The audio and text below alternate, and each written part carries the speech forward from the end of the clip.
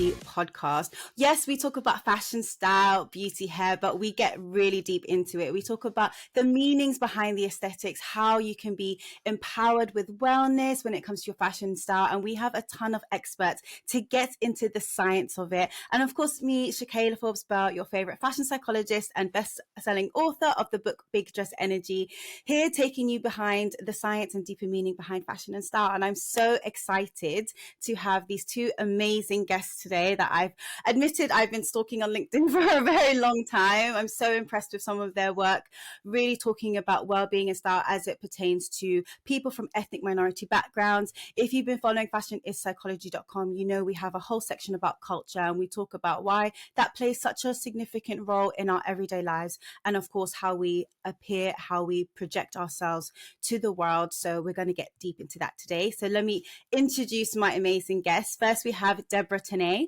So with over a decade of diverse experience, Deborah bridges the gap between artistic realms encompassing fashion styling, creative copywriting, creative marketing, and branding, just a whole lot.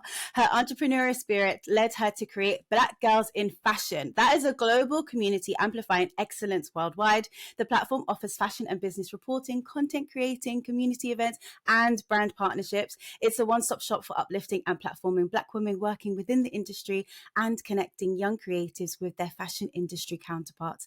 Empathy fuels her approach, forging connections beyond business. Thank you so much for joining us here today, Deborah. And we also have another amazing D. We have Daniel Peters. Daniel holds years of experience within the fashion industry, having previously worked at Burberry, Selfridges, and the BFC, that's the British Fashion Council.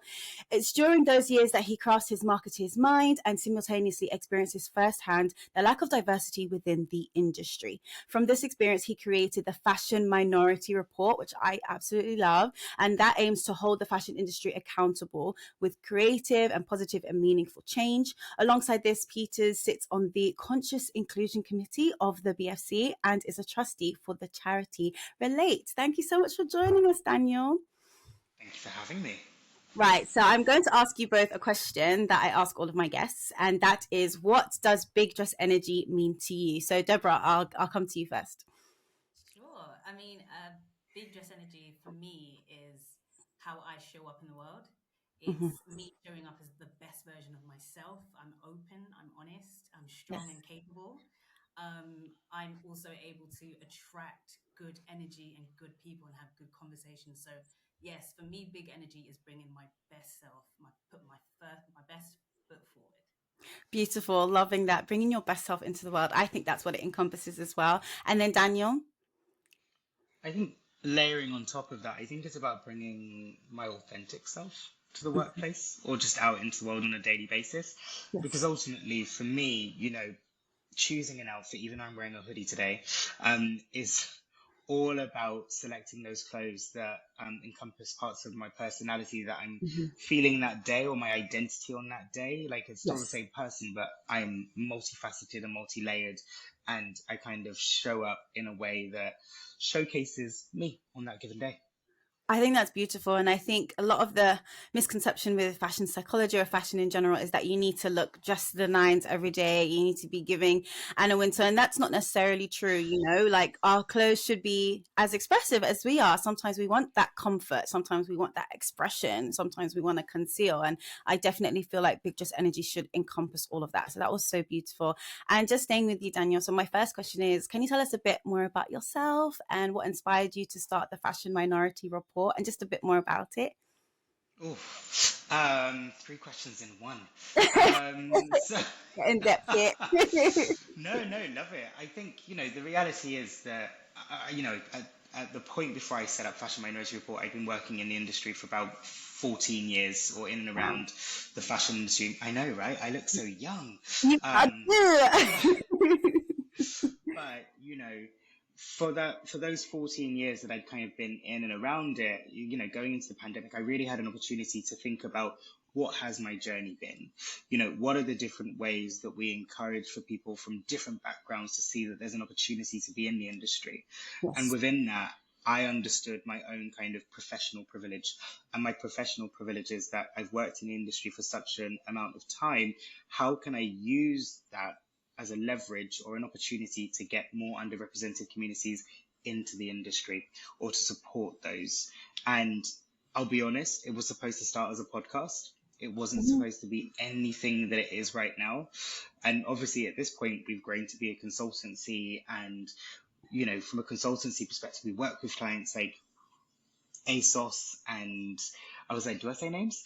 But Yeah. ASOS and Farfetch and stuff Mhm. like that to help them grow everybody's understanding of diversity, equity, and inclusion in the business to make sure the business is equipped for more diverse people. But then on the other side, we then bring in emerging talent through mentoring programs for our summer school. So to summarize, it's all about how do we support underrepresented communities to be in the opportunity, to be in the industry, to be able to thrive in the industry, because there shouldn't be one face that exists in and around the fashion industry. Yeah, I think that's so important, just not having the only one. I think that just creates too much of a divide. And it's so interesting you're saying it just started as a podcast, but it's grown so much. And it's because it's so necessary. And it's similar to Deborah, the work that you're doing. And I just love, again, if you can share your inspiration about founding Black Girls in Fashion, what motivated you to create it. Sure. I mean, I founded it in 2018, and we officially launched at London Fashion Week, Autumn Winter 2018. Hmm. But prior to that, I'd already been attending Fashion Week for about 4 years, and I'm talking when it was back to basics, when it was London Fashion Weekender and not a whole week. Where literally at the time it was so exclusive. If you got a ticket, you'd be able to attend, but if you didn't, I remember seeing like the bloggers and influencers like crowding outside Somerset House in the courtyard and taking their pictures and Yeah. always Probably one of fantastic. them. I definitely I've seen quite a few of them blossom over the years. So to see their rise within the industry and their humble beginnings, it's definitely inspiring. But yeah, and like I used to anticipate what the next day. Sorry, looking at the images, like the street Hmm. style photography, and I noticed that there wasn't any women that looked like me. There was hardly Yeah. ever any black women that used to get photographed. But when Hmm. I was there, I used to see them all the time. And it came to 2018, and I said, you know what? I want to know what other women are doing in the fashion industry. Where are they? What positions are they holding? What networks are they a part of? And I decided to put the team together. I had a photographer and two social media editors. They came along with me. I secured all the tickets. I even secured the backstage accredited pass by London Fashion Week, which was fantastic at the time because Hmm. it was something brand new for me. So yeah, it was all very exciting. We got to meet creative directors, art directors, founders of PR agencies and modeling agencies. One girl Hmm. at the time, actually, it was her first season where her models had been picked from her company. And Hmm. she was a young 22-year-old black girl. Hmm. And yeah, it was just super awe inspiring. And I was like, these are the stories that I want to tell. These are the stories that people should know of these women that exist out here. Hmm. And yeah, that was definitely the catalyst. And at that time, there was nobody that was doing what Black Girls in Fashion was doing, really Yeah. pushing Black women to the forefront of the industry and saying, hey, we exist and we're amazing and we're Yeah. absolutely killing it at our jobs. And so, yeah, like from that, there was a massive, I found that there was like an ecosystem of professional Black women at all levels. And it was a great business opportunity for me to be one of the first digital medias to actually push that narrative. Hmm. And since then, I guess especially since 2020, I love competition, and like a few more platforms have grown and come out of this as well. So there's more of us doing it, and it's just a case of consistently elevating what we offer, especially when it comes to original content for Black girls in fashion. That's Hmm. what works best for us. Yeah, and I'm navigating throughout that as well in terms of business development and constantly growing my community. We because we started in London Fashion Week, for next year we're actually wanting to go global. So we are going to Hmm. look at putting teams together for Paris, Milan, and all Ah, the other great. fashion cities as well. Oh, that's so great. Congratulations, Deborah. Honestly, that's amazing. And I just love this because I think we've moved so much into people talking about representation, and I think the conversation's watered down a bit, and people saying, oh, we just can't, what's the point of just representation for representation's sake? But they don't realize just the importance of seeing someone else in an industry that you might aspire to be in, but you just feel like maybe it's not for you because you're not getting that positive reflection. Like, that's just the first step, and that's so crucial, and I'm just so glad you're providing that and just getting a bit more into the work you're doing. Can you tell us a bit more about your the Future Fashion Master Talk? Absolutely. Yeah. So we also in 2019 we launched the Black Girls Master Talk, Mm-hmm. and this year I relaunched it as the Fashion Futures. Mm-hmm. So in every season we're going to be putting together an elite team of Black professional women across the globe, and they're going to come Yeah. from different places, different spaces, talking about their creative career trajectories Mm-hmm. and the traditional and the untraditional routes into their workspaces. And also, for me, I find it's important that my community hears the information coming from people at different levels. Yes. It's good to start with where you're at. It's always great and fantastic to aim high, but also it's as a community, we need to be able to also work with the people that are around us that are also on our level and grow from that. That is the only way that we're going to continuously build our communities, which is what the Fashion Futures is about. It's about the exchange of knowledge, the exchange of insight, and in a way, it Mm-hmm. also opens up the conversation, and we're moving into what we were talking about before: equity, opening Yes. up that space. So it's not just about representation and diversity, but now we're talking business. Now we're talking Mm-hmm. about, okay, how can we operate? How can our community and our professionals and aspiring creatives operate within a space on a business level?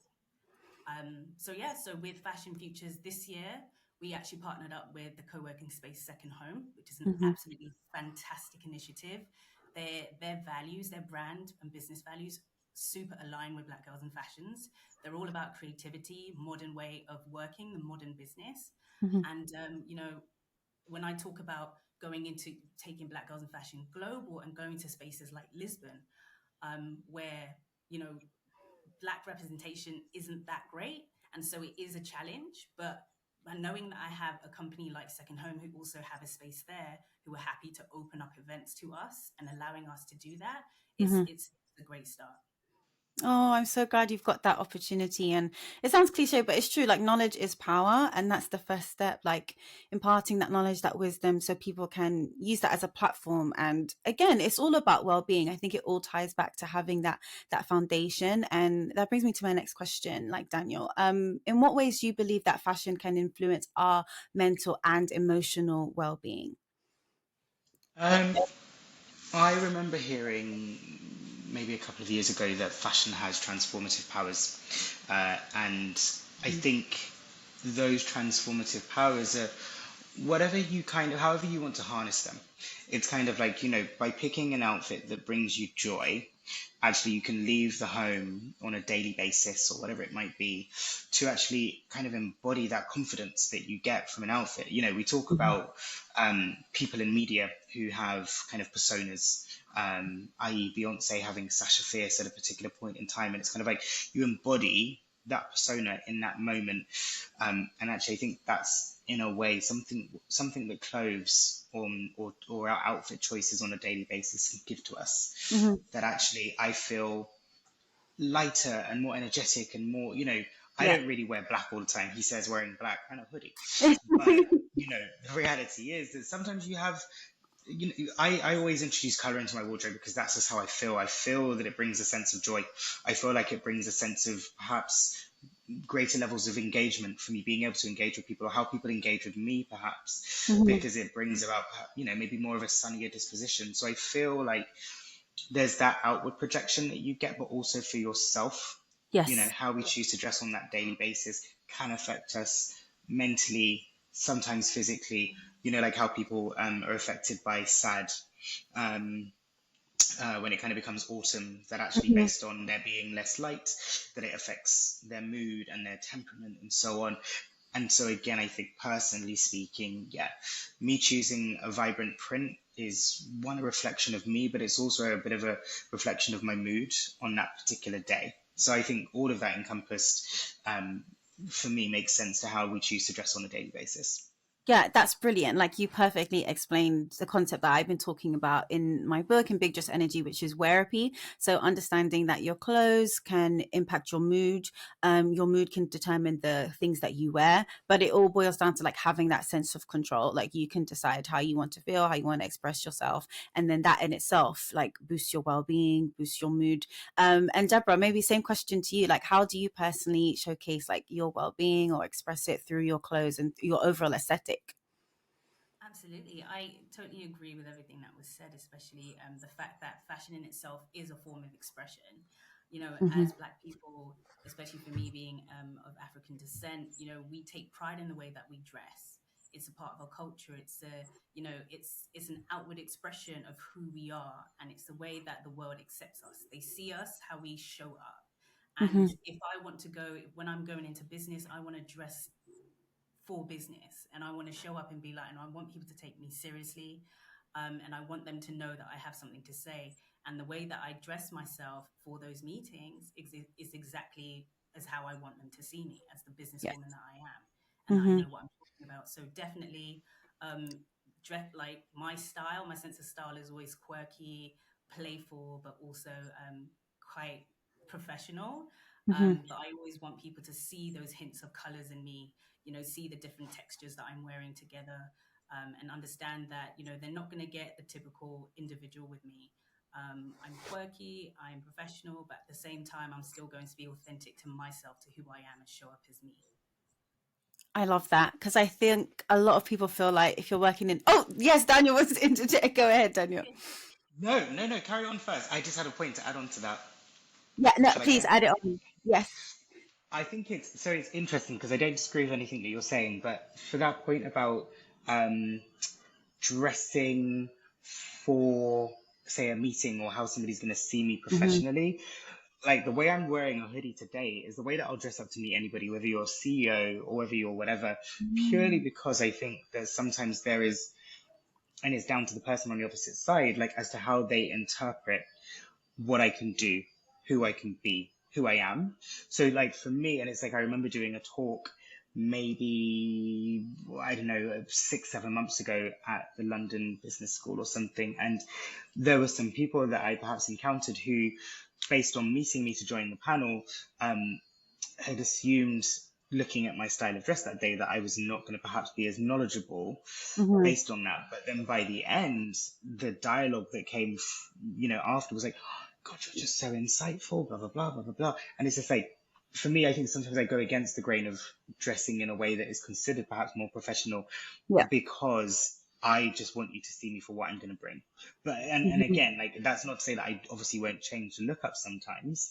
And Yeah. I completely agree with what Deb was saying, but I think sometimes I do it just to kind of present this kind of juxtaposition that based on your stereotype, you needn't be, Yeah. entering that room, let alone leaving with an interpretation as to who you think I should be.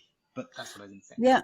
I think that's a great point. And I don't know if this is slightly controversial, but sometimes I feel like as a woman, yeah, I want to maybe come to a meeting super casual, laid back, something that I might feel is authentic for me for that day. But Deborah, I wondered, do you feel like maybe there might be limitations on women, like how they choose to dress? Like sometimes I feel like, I don't know if this is internal, this is my own, but sometimes I feel like maybe we couldn't get away with that. I don't know. What do you think? This is it. It's like, I think it might be slightly different for men, um, but for me, like I found that when I walked into a room where I I come down a little bit, like, you know, that saying, always overdress to go anywhere you go. Mm, Sometimes that's not how I feel. It's like we were saying before, you know, yeah. sometimes it depends on how we're feeling, what our mood is that day, and how we want to present ourselves to the world on that day. I've been in a situation where I've dressed down for an occasion, and I went in, and people thought, okay, like looking, judging by like kind of looking at me sideways, and are not really engaging me in the conversation because of the way that I look. I might not have anything Mm, worth saying to get to, you know, anything worth adding to the conversation. But and then it does also play a little bit to what Daniel was saying. You know, you want to surprise them, give them the yeah, element of surprise. You know, and sometimes it is good to be underestimated so that you can put your best foot forward and show yeah. them, actually, I know exactly what I'm talking about. yeah, and I bring a lot to the table. But I do think for women, especially nowadays, if we want to be taken seriously, we have to definitely dress the part.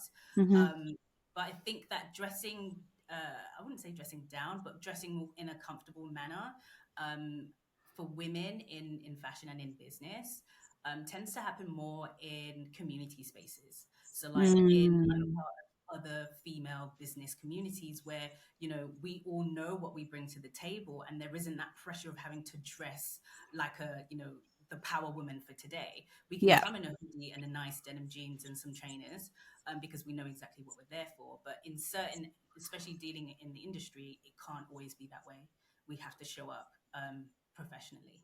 Yeah. So I think you're both right in the sense that it's about balance, right? So dressing authentic, being comfortable and like feeling like you're just like who you are, that has been proven to have positive impacts on your cognition. So your ability to think and process and connect with other people and show up as your best self. But we always need to remember there's social constraints, right? That there's other people's judgments, external like impressions that we all have to manage. But it's about knowing what that is, knowing your environment and choosing how you wish to show up that day. And again, giving yourself a sense of power and control over it through your sense of style. And then speaking about like power as well, like I want to come back to you, Deborah. So we've heard a lot, especially in the last few years, I would say about like excellence, black excellence, black excellence. But I don't think anybody's really defined what that means. So maybe in your own words, like, can you define what you mean by excellence in the context of like your community and your work that you're doing? Absolutely. I think for me, excellence is creating something out of nothing. It's Mm-hmm. being able to execute just in spite of any challenges. Yes. And for example, like when I even just like for Black Girls in Fashion, I couldn't believe that I had created such a buzz with this community in just a few Mm-hmm. days of launch. We Mm-hmm. utilized what was already there for us, and we created something even bigger and better. And sometimes, especially within the fashion industry, it's so saturated. There's so many of us doing so many amazing creative things that a lot of people go under the radar. A lot of their fantastic work doesn't get applauded.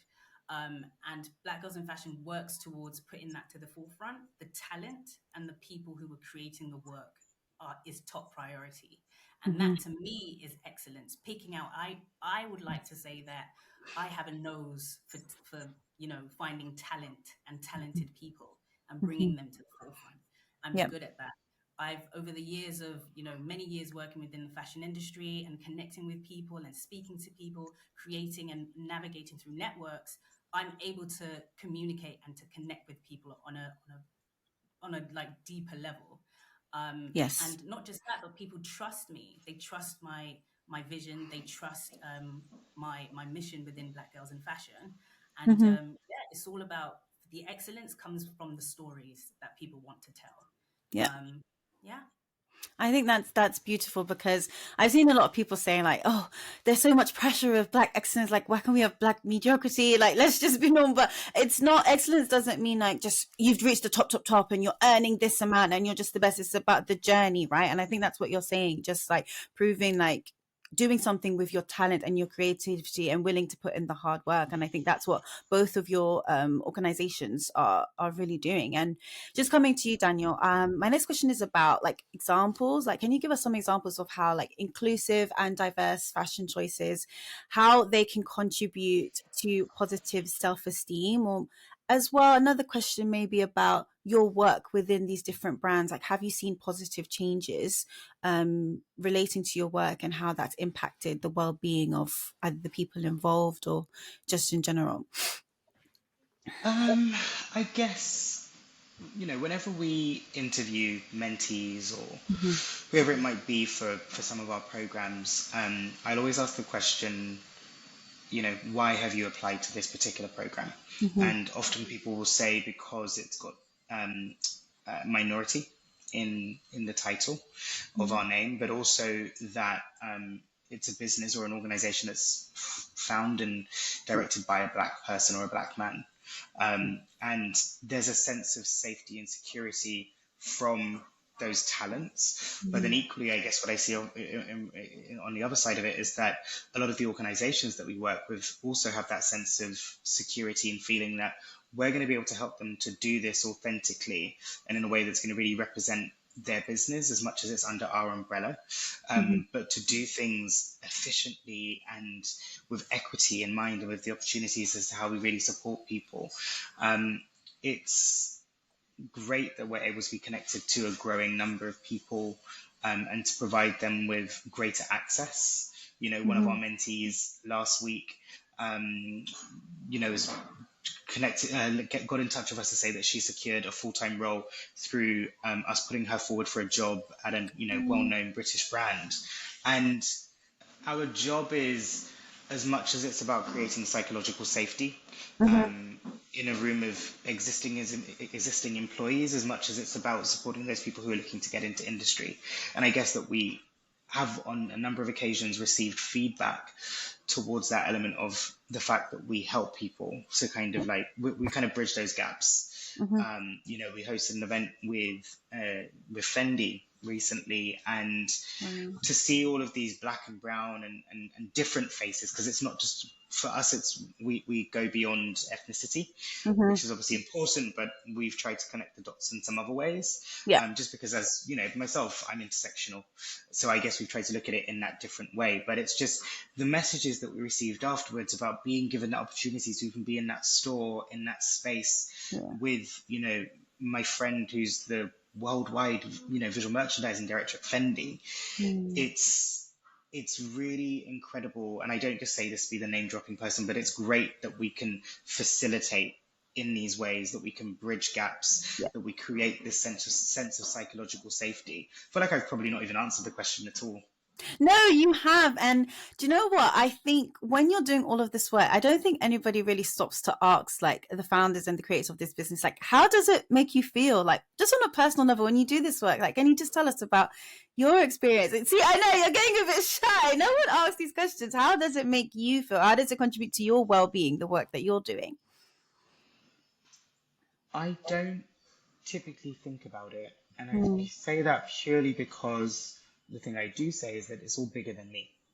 Yeah. It's wonderful that I'm invited to be in spaces like yours today to speak about the work that I do and to, work with lots of different companies. But my point being that it's like, it's not that I'm so much shy, because I do appreciate the platform that I've got in some ways. Mm-hmm. But it's just like what I do on a daily basis is bigger than me because it's for everybody else. It's Mm-hmm. like, obviously in some ways it kind of affects me, but it's just, I remember being asked the question, how do you not take on board all of the different things that you hear, sometimes the atrocities and the difficulties and the Yeah. challenges? And I had never answered, I'd never had that question before. And for me, it was really, or what I said is that I've never thought about it, because as I'm hearing somebody's problem, I'm trying to think of a solution. Um, Mm. and so I, in some ways, don't kind of like leave the office at the end of the day carrying all of that weight. But I do feel a sense of, when I hear about, say, our mentees who are getting jobs through our work and all of that stuff, I'm like, that's what it's about. Because again, it's like, what are they going to go on to do because of this platform and this foundation? And how are they hopefully going to pay it back in the Yeah. future Mm-hmm. because of the space that they've been afforded? Because you shouldn't have to necessarily sound like me or be like I am to have gotten into the industry, because I Mm-hmm. understand my palatability. But at this, so it's kind of like we're just here to break down those barriers and those walls and not create this extended sense of exclusivity. Yes, I know we said that we were at Fendi, but we're at Fendi because actually every single one of those people that came Mm-hmm. should feel like they can be there. So for me, it's this sense of pride and joy that we can do what we do. Yeah, and that's amazing. Similar question to you, Deborah. Like, it's funny. I was reading an article recently about how being like altruistic, giving back, protesting, doing all these things, it does have a massive positive impact on your well-being, and it improves your mood, and I think it even increases longevity of your life. Like, how does it make you feel that you've just been able to turn this into your whole career and giving back in that way? What does it do for you? I think for me, it's like it's it brings me so much joy that I am using what I've learned throughout the years and my connections that I've gained throughout the years to then open up opportunities for other people. I Mm-hmm. think sometimes, if anybody's thinking of going into becoming a founder of any type of business, it doesn't necessarily have to be within fashion. It's a lot of hard work. Mm-hmm. being a founder and a business owner, you're playing multiple roles, and your role is multifaceted, and it can take a toll on you. But what makes it worth it for me is when I hear that somebody has got a job role from it, or when somebody has like a few of my assistants have gone on to work with Vogue, they've gone on to Mm. one of them is creative producer at WAP, and that's absolutely, I love to see that progression. Yeah. And to also know that they were taken on because they work with Black girls in fashion, and to know that I'm building something that has a great reputation within the industry for providing these spaces for underrepresented individuals. Hmm. Those are the accolades that I take away from me. For myself, being a part of platforms like yours, that is fantastic. Also doing the work is also great, and it also just gives me an opportunity to just spread the word even further. Like Yeah. it is a very selfless job, to be honest. Hmm. It really is. Mm. Yeah, no, I completely agree, and I have to commend you both for the work that you're doing. And again, my platform is called Fashion is Psychology, right? I feel like psychology is in everything that we do. We don't just like get up and decide to do something or do a piece of work or get trained in a certain way or interact with someone. There's always external, internal things that are motivating our behavior. And Deborah, I guess, can you speak to how like psychology, in your own interpretation, how does that influence your work? And maybe what do you think it's taught you about how you're working towards providing more inclusion in the fashion industry? Absolutely. I think for me, to psychology is a staple part of my business. Like I'm Hmm. consistently thinking about what my community want, what they need, what they're asking me for, and am I hitting those targets? Yeah. Is the space that I'm creating truly for them, and are they growing from this space? Hmm. And if things aren't going as to plan, I have to then think about, I put surveys out there. We do reports on basically just staying in touch with the community and what their needs are. It's Yeah. easy to run a business like this and only want to do the things that you see fit, but really Hmm. you have to remember that you're serving a community. I just as an example, I've got a few stats from my latest survey where 69% of our survey participants said that they did not feel respected or valued in their creative work environment. So, Wow. looking at these stats, I'm like, damn, like 69%. Like, Hmm. that's that's a lot of people that don't feel that have a job within Yeah. their desired field of work, that don't feel respected, that don't Yeah. feel valued. How can Black girls in fashion now utilize this information to create a space where they are valued and that they're getting value from being within these spaces? Hmm. Then, as an addition, we've got 40% of participants that don't feel like there is any progression in their creative and fashion field. So Yeah. then, okay, so as a business, what can we do now, or who can we, bring into the fold that we can then allow that 40% to progress? Is it that we have to, that we should partner with somebody like Google, who, do provide educational services, upskilling, or is it somebody with, like, for example, like Squarespace, and providing, events, or some type of activation with that company whose values align with ours, to also provide them, our community, the space to be able to connect and make new connections and Hmm. network in a different way. It's the psychology of this is consistent. The Yeah. business has to consistently evolve because our community is consistently evolving and their lives Hmm. are changing on a daily basis. So, Yeah. but also with that comes the challenge of saying, okay, what is in line with what we're trying to do, and what can we take on, and what can't we take on at the moment? So there is so much, like in terms of psychology and Yes. customer behavior and desires and wants. We are consistently doing a quarterly SWOT analysis of Hmm. our company and our community and what it is that we're providing. So the best outcome that we came to was that going global for next year is what we need to do. London is fantastic, and it is the hub and the creative space of the artist, of the creative. Hmm. But there is so many more people that we can reach, and also with that opportunity, we can bring London's creatives over to Paris or to New York and begin to integrate those communities Yeah. in our global mission. Oh, that's fantastic. I love that you're willing to continuously see how the challenges are changing and evolving. And I think that's so important, especially in such a fast paced industry. is needs to be, you need to be like malleable. You need to understand how you can change with the people that you're trying to help. And I think that's so crucial. So you have that support once you're in there, but a lot of the times people just have so much difficulty, especially ethnic minorities, young people just getting in the door. I don't know about both of you, but my whole family is full of like civil servants. So I'm like second generation. A lot of my family came over from Trinidad, from Jamaica, and they thought, okay, let's do jobs that are going to be secure and stable. So my family is full of people in social work, doctors, like nurses, like in housing, like that's was my kind of field. And I think that's a lot the same, that's a lot of the same issues and scenarios for other black people. So getting into fashion psychology or just fashion in general, something that's so creative, can be very scary. And I want to come to you, Daniel, like, can you elaborate a bit more about, challenges minorities can face in this industry, maybe family pressures, worrying that, ethnic minority individuals are lower paid, it's not secure, and then you have like all the challenges that Deborah talked about you face when you get in the industry. Can you elaborate more on this, and how can the industry change to like eradicate or at least help fix this issue?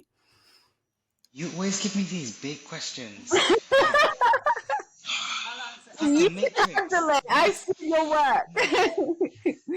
No, I think what is interesting about what you were saying at the beginning of this question is that whilst it's great work in, working as a civil servant and so on, that actually we often have been pushed into those spaces because Yeah. we've not been given necessarily the opportunity to explore what a career could look like in something else.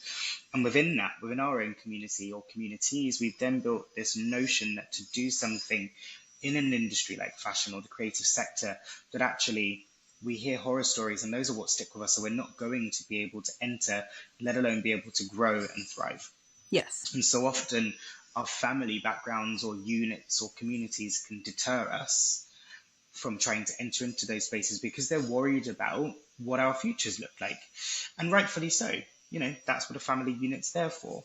But I think that there are many opportunities, to what Deborah was saying about when she started, it was about bringing diverse people to the space to kind of showcase how great they've been doing in an industry. Yes, there are fewer of us, but for me, it's how do we foster a community so that talents can connect with each other Yeah. at an emerging or even established level? How do we bring businesses to the table to be able to support those communities in how we Hmm. grow and how we thrive? And I love that in many ways we're able to, again, like using that word foster, be able to put all of those pieces together. Hmm. And when I look at our community, it's 70% ethnic minority led, but then we also then have people come from the LGBT plus community who come, from the disabled community, people who are neurodiverse. We've also looked to extend the people that we support in age group as well, because often Yeah. it's 18 to 25. And it's like, I get it, but actually sometimes you want to make a career change at 30 or Yeah. 32. You might be Yeah. a mature learner. So actually, how do we continue to support people in those ways? I've not Hmm. even fully answered the question at this point. What was another Yeah. part of the question? No, I think you're right. Like you were talking about how networking like across and like speaking to people who might be interested as well can give people that courage, I guess, to step into an industry where they may not see a lot of themselves like represented, or their family might have that fear. And you also talked about like working with brands as well to maybe create a more welcoming environment. I think that's such a big part of it. Yes, Can I Deborah? just, Yeah. yeah, I just want to add to that because I think it's also important for those who want to be within this industry to understand that, some sacrifices might have to be made. As we Mm, said before, the industry is quite saturated. However, there is space for everybody. yeah. But, if it means that you might have to take on a 9 to 5 and then do this as you work on your 9 to 5, there's some sacrifices that will have to be made because as Hmm. you get in, when you realize in the fashion industry, it really is about who you know. And so Yeah. there's a lot of graft in years that you're going to have to put before you start getting, the output that you want from it. But Hmm. not to say that there isn't any accessibility, because there is. but be prepared definitely to put some work in. And to Yeah. that point, when I guess I had some less or fewer challenges than perhaps some other people face getting into the industry. I Mhm. started at Burberry in head office when I was 19, and I was only supposed to be there for 6 weeks, but I ended up being there for nearly 4 years. And Wow. again, it's like, no, no, like and Yeah. it is, and there is obviously a big truth in the fact that sometimes you need to kind of know somebody, but that's then where I feel that Fashion Minority Report comes in. We are the springboard, because actually I rely on all of my industry contacts who are now at so many different places to be able to springboard our emerging professionals, as I call them, into the industry. Again, that's my professional privilege. How do I use it in a way? And it's like we all, to a point, once we've been in the industry for a while, end up amassing professional privilege. So how do you use it to pay it forward? And Yeah. that's always my thing. Like, it doesn't stop with me, and it doesn't just stop with the communities that Yeah. I'm personally part of, because actually we've got somebody who's here from on our program who's from the Ukraine, and then we've got somebody from Palestine, and all of these different things. And it's so important that they themselves grow communities, because you never know when one of them could help somebody to get a job, and all of these different things. So I Yeah. just love building space. I think that's brilliant. I wish I had that space or these insights when I was in uni, because yeah, it was hard. Again, I was the only one. Everybody got their like family and relatives to pay for their masters. I had to sell my little KA, my Ford KA, and work in a call center. Like, it was hard. Like, and I just know I'm so grateful for like future generations that yes, they still might have to make their sacrifices, but then they can turn to a Black Girls in Fashion. They can turn to Fashion Minority, put these platforms and see that, just to have that emotional mental support. And that's what fashion psychology is all about, understanding that your well-being is something that you need to take seriously, especially when you're getting into this creative space. Like, it can seem very glamorous from the outside, but it's a lot of hard work, and you need to have that support to thrive in it. And I love to see examples of people thriving. I think right now we've seen a lot of the rise of a lot of Black designers, and they're having their platform, they're getting their flowers now. Deborah, can you just tell us about some Black-owned brands that you are loving right now? Absolutely. I think one of my favorites is Hanifa. Love Um, it. she is incredible. Like, what she's managed to do since like 2019 is just short of like phenomenal. She now also has, on top of her namesake brand, Hanifa, she also has recently launched a bridal collection, which Yeah. is just chef's kiss.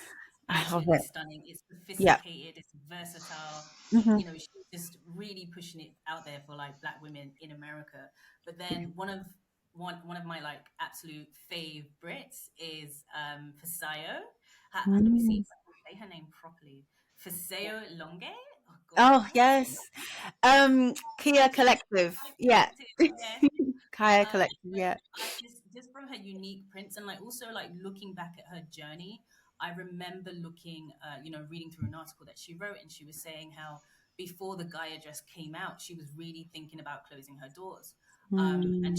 she took a chance. She said, "I'm going to do this one last collection. It's going to be this printed, these collection of printed dresses, the Gaia print," and it Yeah. took off. And she said, had it not taken off, she would have closed the doors straight after Mm. that.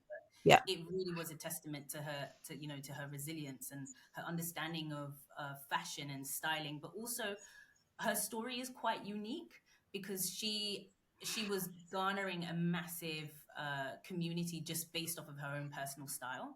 So Mm. the way that she styled herself and presented herself on Instagram, her customer was within that community base already, and she all Yeah. she did was extend her knowledge on herself and what she loves and how she likes to present herself to the world into her brand, and automatically, like, all she did was transfer her community over as loyal customers. She did it like the most unique way possible, Hmm. and she was just really smart about it. But I also do love Telsha Anderson. She's Mm. the founder of the TA store. She literally curates all these beautiful, playful, and quirky pieces. Yeah. So they're definitely some of my favorites. Oh, definitely some to check out if you haven't heard from them, listeners. And then Danielle, same question. Who are you loving right now? Oh, sorry, I put you on the spot. I'll give you a moment to think. What I talk about my earrings. These these are from a black designer, Jarlina. Let me just actually get this correct. Jalia by Jolina. Another, she's an independent female-owned brand inspired by Cleopatra. They do international delivery. I love it. It's best to support. It just makes you feel something, and it links back to another piece. I have to get to the science bit. So there was a piece of research, and it was actually conducted on teenagers from Bangladesh, and it was a longitudinal study. So this researchers studied these teenagers for like a series of months, up to a year, and they looked at the teenagers that kind of assimilated into Western culture with their sense of style and dress, and compared to teenagers who stayed very much true to their culture.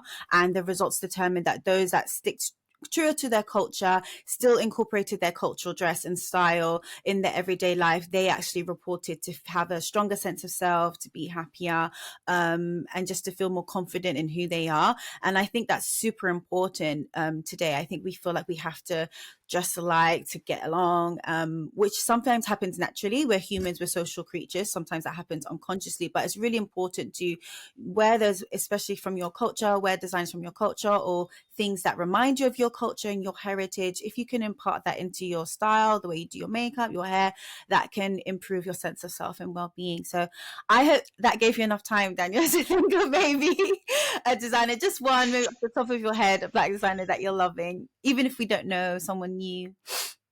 Fine, then I'm just gonna make up a name. No, I'm joking. No, do you know what? In all honesty, I've been more so recently looking at perhaps more South Asian designers, Okay. because from a menswear perspective, I don't technically always see very many, especially from a UK Europe perspective. Like, I think Labrum is amazing. Obviously, like what he does, what Fode does is great. Yeah. But I think I've been looking more so at South Asian, and just to say, like, I think Harago is an amazing brand who's now getting the space and platform and so on. Also, Kahu Research is really amazing. But it's equally why I then launched an incubator to incubate, Yeah. ethnic minority owned fashion brands with ASOS, because actually they wanted to diversify their portfolio. Yeah. So, looking at what we do with mentoring, we've then built a program, because actually I don't think there is enough visibility and also opportunity for British or ethnic minority owned British brands to be able to flourish in the way that we've seen the likes of an Erdem or a Christopher Kane and all of those different elements kind of grow. Like back in the day, I used to love Aggie and Sam, which was co-owned by a black man and a white man, and it was a great brand that was on the fashion scene. But yeah, I just feel like there's more work that still needs to be done. Whilst we talk about sustainability a lot, and that there doesn't need to be as many clothes out there as we do produce. But I think that for the talents who are kind of missing out on opportunities, how do we support them to be Yeah. the next wave of X and Y? Yeah, brilliant.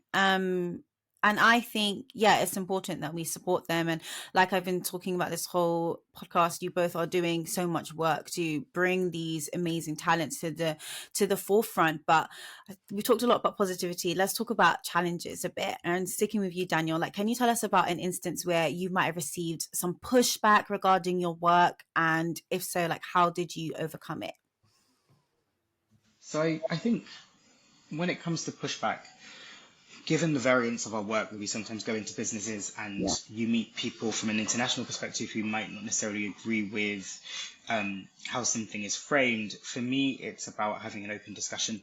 So if we've been running a 2-hour workshop about race or identity in the workplace, you're going to get people who perhaps haven't actually had to cover off conversations about diversity, equity, and inclusion in a way that we have or are doing so now. So sometimes it can be quite confronting or affronting for them. So my job is to encourage everybody to lean into their vulnerability, Yes. because it's about how do we each bring part of ourselves to these conversations. Because when I run workshops, you've got maybe 50 people from an international company. Most of them have probably not met each other, so actually they don't always want to talk about something personal. So it's my job to kind of lend myself, to bring different layers of me to the table, so that people can go, well, if he's able to speak about Yes. his elements of identity, then how can I do it? And so it's things like that. And it's just kind of like, we're not always going to agree, but Mhm. actually, how can I help you to understand the position of, say, a marginalized person and the different ways in which that they face oppression?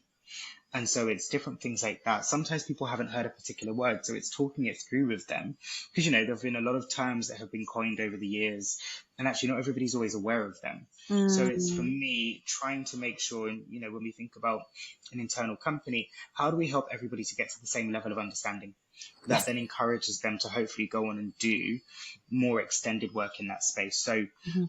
yeah, it's sometimes that it might sometimes be that um, our mentees are going through difficulties and they need support that comes from me because I understand industry in a different way.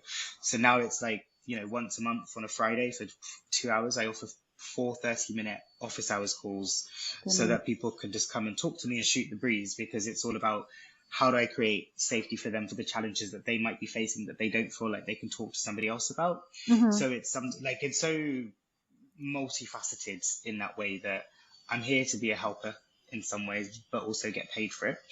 But you Yep. know, coins.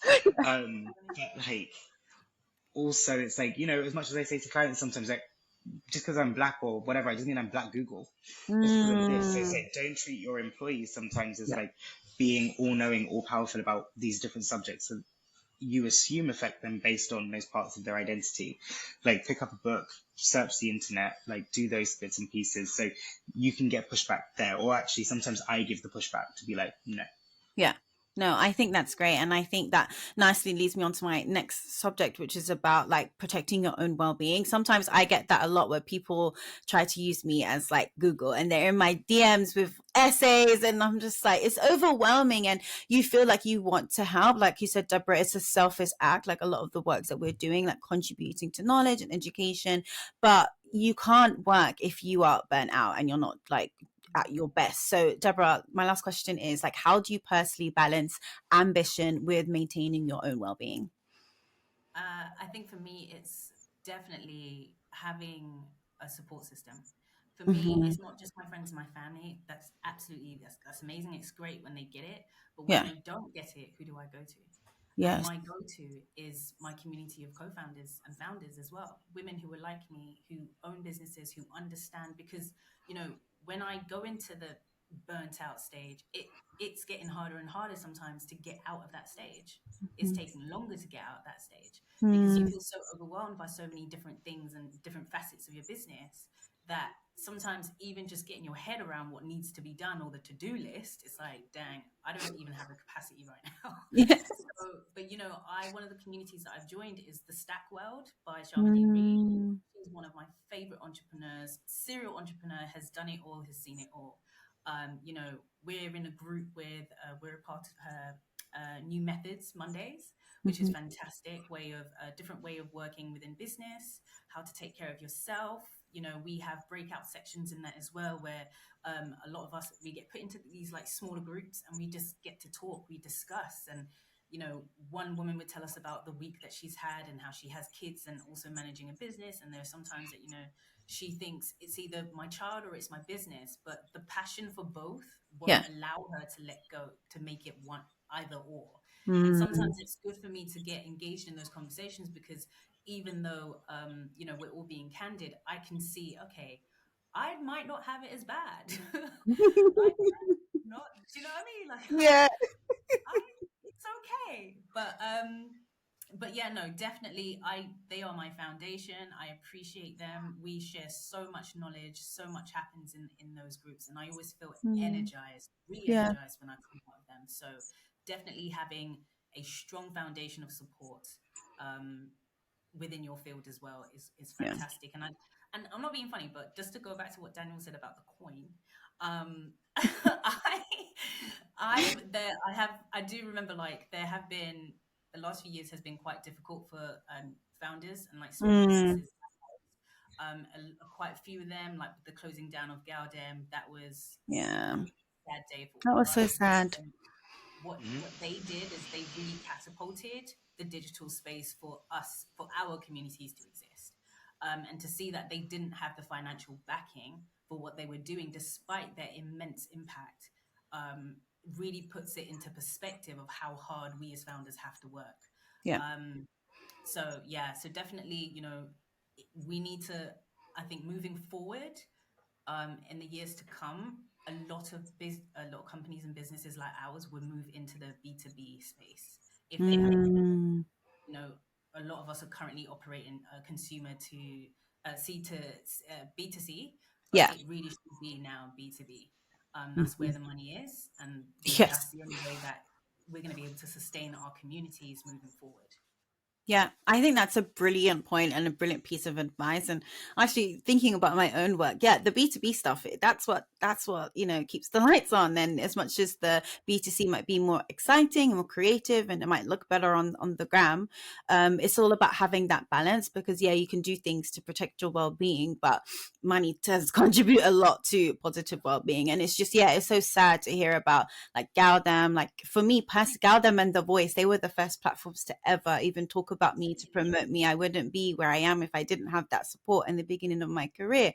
So yeah, we there needs to be more opportunities for funding, for support as well for these platforms, and hopefully we'll see some of that in the future. And I guess, Daniel, last question as well. You talked a bit about protecting your peace and learning to say no. Are there any other tips that you have personally implemented to maintain your well-being while you've achieved all of this with your work? Knowing when I need a glass of wine. That's a great one. Jokes aside, finding those moments for a respite, and yeah, something as simple as grabbing a glass of wine with a friend, or even on my own, like being in my own space is just as important as it is for me to, one thing we always say to our mentee community or just our community is about finding your tribe. And, similar to what Deborah was saying, I think it's important to have your sounding boards. Sometimes those who are in the industry, but also those who are external, but also not allowing myself to have too many of them. Because sometimes what I find is that in having too many of them, you sometimes get so many conflicting opinions that actually you still don't know which way to go. So I think, it's finding peace, within myself, to sit with myself as much as it's knowing when to reach out and ask for help. Because no person is an island. And for me, it's also having my team there to kind of, to get opinions and contrast from them, but also knowing when to switch off and actually trying to operate within normal working hours. I don't work on weekends. I won't work beyond 6:30. I don't like my team to send emails after 6 p.m. Because, and it's also doing things like schedule sending an email. I don't need to always be seen to be online. Yeah. Because actually it gives me the sense of space and all of that stuff. So I think keep on plugging on, but also know when to switch off. Brilliant. I think that's great. And on that note, thank you both so much for joining me today. This has been one of my favorite podcasts. Deborah, tell everybody where they can find more about you and Black Girls in Fashion and all of your other creative work. Like, where can people follow you and find out more? Absolutely. You can find me on Instagram at Black Girls in Fashion, or my Instagram, Cassia Tonne. Cassia is my middle name. Anyone like gets confused. Or you can also connect with me on LinkedIn. Yeah. If you do want a little bit more information on BGIF, you can always go on thebustle.co.uk. Brilliant. And we will add all of that into the caption of this podcast. And then, Daniel, where can people find out more about you and Fashion Minority Report? It will be in the captions. Yeah. Seek us out on Instagram and LinkedIn, and kind of with that, stay up to date with the different things that we're doing. And you can sometimes drop me an email. That might take me 2 days to respond to, but I'm there. You heard him. Patience is a virtue. Well, thank you guys. This is another episode of the Big Just Energy podcast. Like I have been harping on all of my platforms, we have launched our first new course on fashionisspsychology.com/courses. It's the introduction to fashion psychology. It's a completely online course, accessible. It's understandable. It's easy to understand. If you want to learn anything about how to implement psychology into your styling practices, into your marketing, into your design, anything that you need to know about fashion psychology, it's in that course. So find out more on the website. You can also follow us on Instagram, Fashion is Psychology, and me, Shakayla Elise. And thank you so much for joining, and tune in to the next episode. Bye.